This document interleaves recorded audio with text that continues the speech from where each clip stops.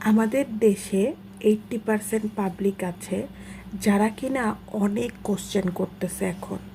এই যে বাচ্চাদের স্কুল একদিন একদিন করে অফ দিচ্ছে, যেমন আজকে অফ দিয়েছে, আবার নোটিশ দিচ্ছে কালকেও অফ। তো আসলে কি এগুলো ঠিক করতেছে?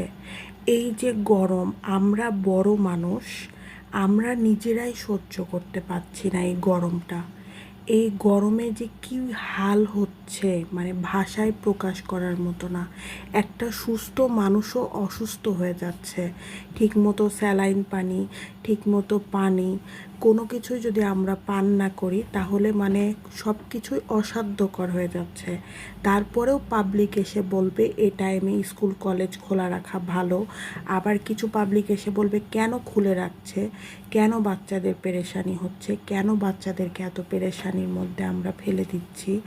তো আমার মতে এবং আমার আম্মু বলে যে এই টাইমে অন্তপক্ষে বাচ্চাদেরকে টোটালি স্কুল না যাওয়াই বেটার। কারণ ম্যাক্সিমাম স্কুলে জেনারেটর প্রবলেম থাকে, বিদ্যুতের প্রবলেম থাকে, এসি নাই। আর এই গরমের মধ্যে বাচ্চা কাচ্চা কীভাবে জুতা পরে থাকবে, প্লাস বেল্ট মাজার সাথে বেঁধে থাকবে। আবার যারা বড় বাচ্চা তাদেরকে বুকে ওড়নার মতো যে স্কার্ফটা পরানো হয়, এটা আসলে অনেকটা টাফ। আর ম্যাক্সিমাম বাচ্চারা 3 থেকে 4 ঘন্টা, আবার 6 ঘন্টাও ক্লাস করা লাগে। এখন এই 6 ঘন্টা এক জায়গাতে বসে থেকে ক্লাস করা একটা বিরক্তিকর না? বাচ্চাদেরকে সবসময় রিল্যাক্সেবল জায়গাতে রাখা উচিত। কারণ একটা ছোট বাচ্চা, সে আমাদের মতো সহন ক্ষমতা তাদের মধ্যে আল্লাহ তাআলা এখন দেয় নাই। তারা পরিবেশ অনুযায়ী তাদের মনের ভিতর সহন ক্ষমতা, তাদের মধ্যে ধৈর্যটা নিয়ে আসবে। কিন্তু আমরা কি করছি, বাচ্চাদেরকে মানে একবারে টোটালি নিজের স্বার্থে বাচ্চাদেরকে এখন সামনে এক্সাম, এজন্য বাচ্চাদেরকে স্কুল করাই লাগবে, প্রাইভেট পড়াই লাগবে, প্রাইভেটে যাওয়া লাগবে। যেই রোদের তাপ, এই তাপে আমার মনে হয় রাস্তাতে যদি 2 ধাপ হেঁটে আসি মনে হয় যে আমি আগুনের মধ্যে ঢুকে যাচ্ছি।